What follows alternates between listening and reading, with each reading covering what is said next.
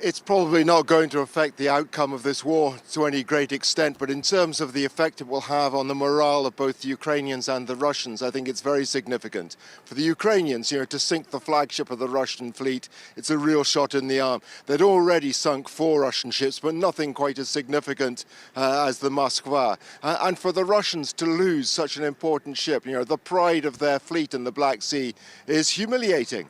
But it's not just that either. For the commanders of the Russian ships in the Black Sea, it's worrying because it says that the Ukrainians are able to strike them wherever they are, as long as they're within range. And those Neptunes that the Ukrainians use have a range of about 280 kilometers. And the Ukrainians are just taking hold of a consignment of missiles from the United Kingdom, anti-ship missiles, even more effective than the Neptunes. So for the Russians, it's very worrying indeed about how they conduct their military operations in the Black Sea.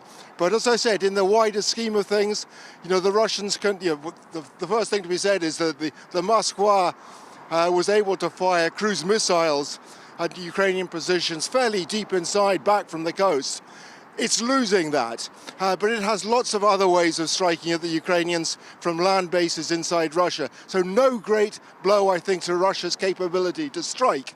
But in terms of morale, it's a blow to Russian morale, no question about it.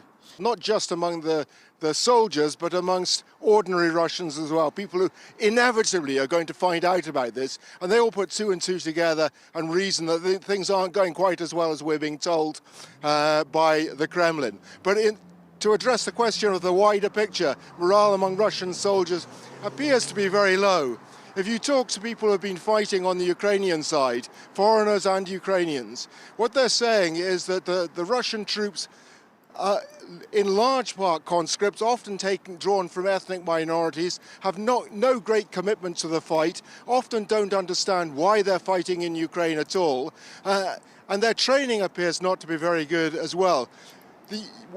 The military fighting here often praise the effectiveness of Russian artillery and the multiple rocket launchers, but when it comes to coordination between the troops and the artillery, it says it's just missing. And that's why the Russians took such a terrible beating in the area north of Kiev. And these same troops now have left and gone to the Donbass. They will be telling the stories of what they suffered when they were fighting in the north of Kiev. And that will filter through the other troops who are fighting in Donbass as well. It won't help morale.